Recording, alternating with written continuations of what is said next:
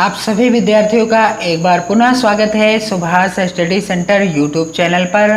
तो यदि आप कक्षा 10 के छात्र हैं तो यह वीडियो आप सभी के लिए मोस्ट इम्पोर्टेंट है, क्योंकि इस वीडियो के द्वारा हम आपसे साझा करेंगे सूरदास जी का जो अगला पद है, ऊधव जाऊं तुम्हें हम जाने।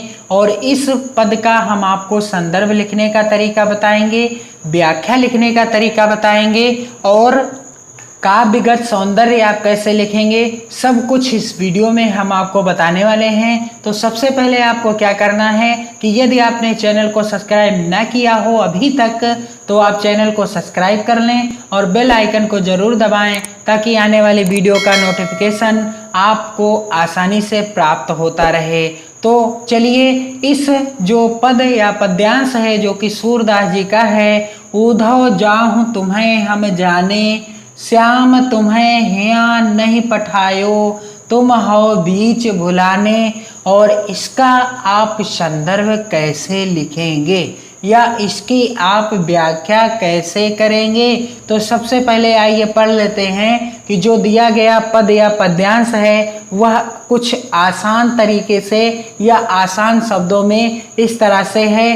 पढ़ते ही आपको समझ में आने लगेगा कि ब्रज नारिन सौ जोग कहत हो, बात कहत न लजाने, बड़ लागत न विवेक तुम्हारे, ऐसे भय अयाने, हम सो कही लई हम सही कह, जिया गुण लेहु सयाने। और कह अबला कह दशा दिगंबर, मस्ट करो पहचाने। और इस पद्यांश का या इस पद का संदर्भ आप कैसे लिखेंगे, सबसे पहले आपको इस तरह से हेडिंग डाल देना है ब्लैक पेन से, ऊधव जाऊं।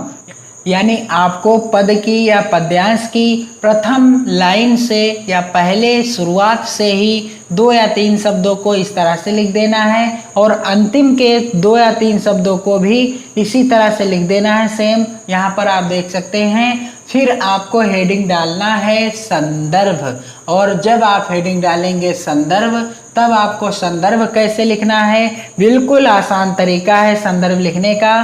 प्रस्तुत पद्यांश हमारी पाठ्य पुस्तक हिंदी के काव्य खंड में संकलित पद शीर्षक से या पद शीर्षक पाठ से अवतरित है या उद्धृत है, जिसके रचयिता कौन हैं, सूरदास जी हैं। और संदर्भ लिखते समय आप बस इतना ध्यान जरूर दीजिएगा कि यहाँ पर आप देख सकते हैं प्रस्तुत पद्यांश हमारी पाठ्य पुस्तक हिंदी आपको ब्लैक यानी काले पेन से लिखना है।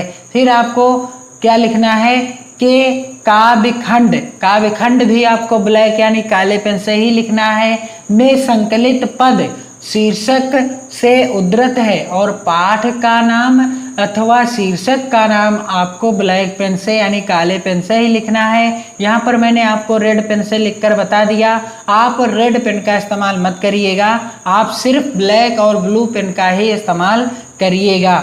जिसके रचयिता कौन हैं, सूरदास जी हैं। और रचयिता का नाम भी आपको किस पेन से ही लिखना है, ब्लैक यानी काले पेन से ही लिखना है। तो कुछ इस तरह से सबसे आसान तरीके से आप संदर्भ लिख देंगे। प्रस्तुत पद्यांश हमारी पाठ्य पुस्तक हिंदी के काव्य खंड में संकलित पद शीर्षक से उद्धृत है, जिसके रचयिता कौन हैं, सूरदास जी हैं। तो इस दिए गए पद का सबसे आसान शब्दों में अर्थ क्या हो जाएगा या इसकी व्याख्या क्या हो जाएगी, तो चलिए जान लेते हैं। ऊधव जाऊं तुम्हें हम जाने। गोपियां उद्धव जी से क्या कह रही हैं कि हे उद्धव जी, हम आपको जान गई, समझ गई। क्यों? क्योंकि जब उद्धव जी गोपियों से बार बार योग साधना की बातें कर रहे थे या योग साधना का उपदेश दे रहे थे, तो गोपियां उद्धव जी से खींच जाती हैं, क्रोधित हो जाती हैं और क्या कहने लगती हैं, उद्धव जाऊं तुम्हें हम जाने।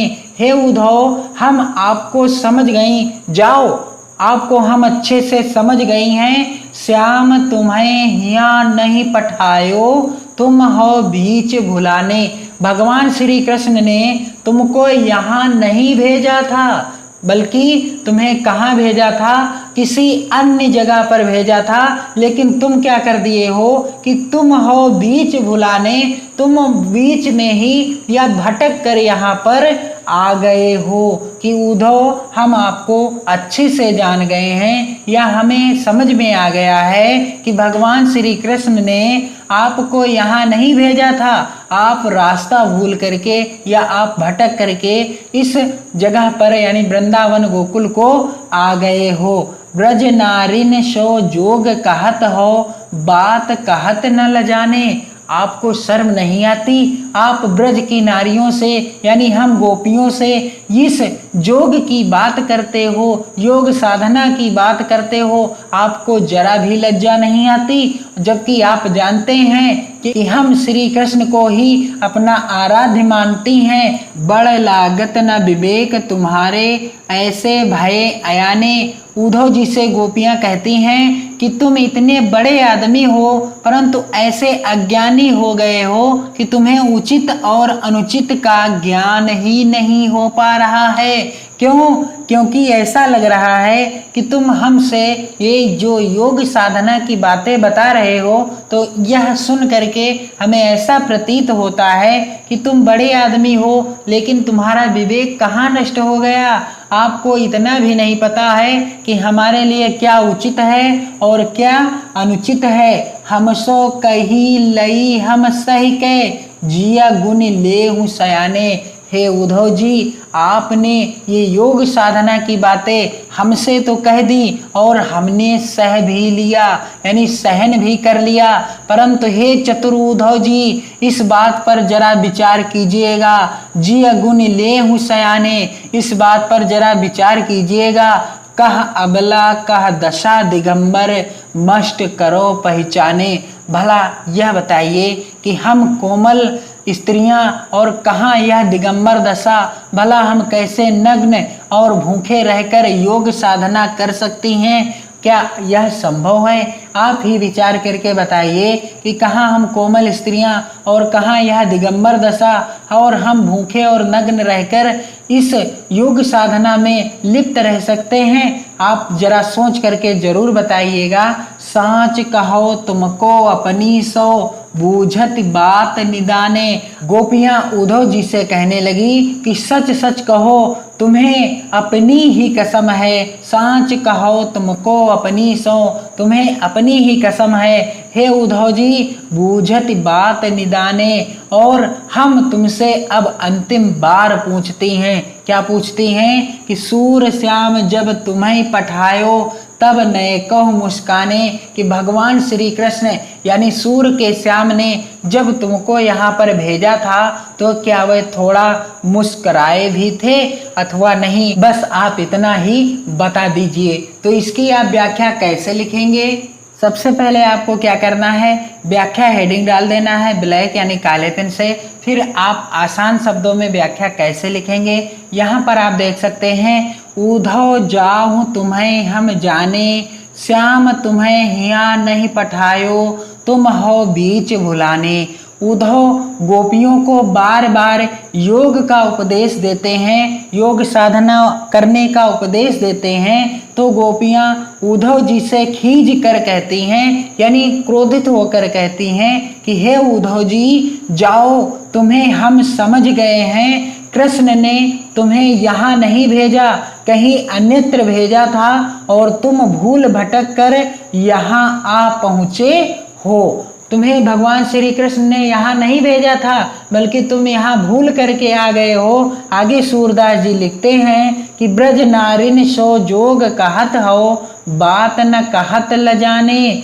बड़ लागत न विवेक तुम्हारे, ऐसे भय अयाने। उद्धव जी से गोपियां कहती हैं कि तुम ब्रज की स्त्रियों से योग साधना की बातें करते हो, और ये बातें करते हुए क्या तुम्हें लज्जा नहीं आती? ब्रज नारिन सो जोग कहत हो, बात न कहत ल जाने। और ये बातें करते हुए क्या आपको लज्जा नहीं आती? बड़ लागत न विवेक तुम्हारे, ऐसे भय अयाने। आगे गोपियां कहती हैं कि तुम इतने बड़े आदमी हो, परंतु ऐसे अज्ञानी बन गए हो कि तुम्हें उचित अनुचित का ज्ञान ही नहीं रहा।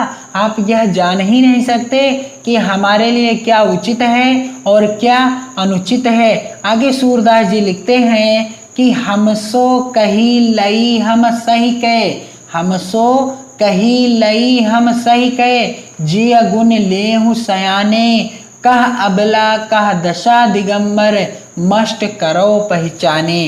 गोपियां उद्धव जी से कहती हैं कि ये बातें, ये योग साधना की बातें आपने हमसे तो ये बातें कह ली और हमने उन्हें सहन कर लिया, परंतु चतुर उद्धव जी इस बात पर विचार कीजिए कि कहाँ हम कोमल स्त्रियां और कहाँ यह दिगंबर दशा, भला हम कैसे नग्न और भूखे रहकर योग साधना कर सकती हैं। गोपियां उद्धव जी से कहती हैं कि कहाँ हम कोमल स्त्रियां और कहाँ यह दिगंबर दशा और भूखे और नग्न रहकर हम इस योग साधना को भला कर सकती हैं। आप जरा विचार कीजिएगा। आगे सूरदास जी लिखते हैं कि सांच कहो तुमको अपनी सो, बूझत बात निदाने, और सूर श्याम जब तुम्हें पठायो, तब नए कहो मुस्काने। गोपियां उद्धव जी से कहती हैं कि सच सच कहो, तुम्हें अपनी ही कसम है, हम तुमसे अब अंतिम बात पूछती हैं कि सूर के श्याम ने जब तुमको यहाँ भेजा था तो क्या वह थोड़ा मुस्कुराए भी थे। अब आप इस पद या पद्यांश का काव्यगत सौंदर्य कैसे लिखेंगे? तो सबसे पहले आपको हेडिंग डालना है काव्यगत सौंदर्य, और इसके बाद आपको क्या लिखना है, पहला ही बिंदु लिखना है कि जो पद या पद्यांश के अंतर्गत जिसके बारे में दर्शाया गया हो या बताया गया हो। तो यहाँ पर गोपियों की विरह पीड़ा का वर्णन है, गोपियों की विरह पीड़ा का वर्णन किया गया है इस पद के अंतर्गत। और दूसरा बिंदु है भाषा। तो सूरदास जी के जितने भी पद आपकी पाठ्य पुस्तक में हैं उन सभी की भाषा क्या है, ब्रज भाषा है। और तीसरा बिंदु है रस।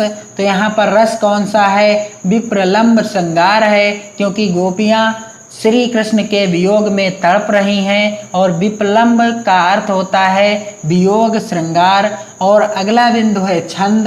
तो छंद कौन सा है, गेय पद रचना है। अगला बिंदु है शैली, शैली कौन सी है, गीत मुक्तक शैली है। और अगला बिंदु है अलंकार, और अलंकार कौन सा है इस पद के अंतर्गत, अनुप्रास अलंकार की छटा देखने को मिलती है।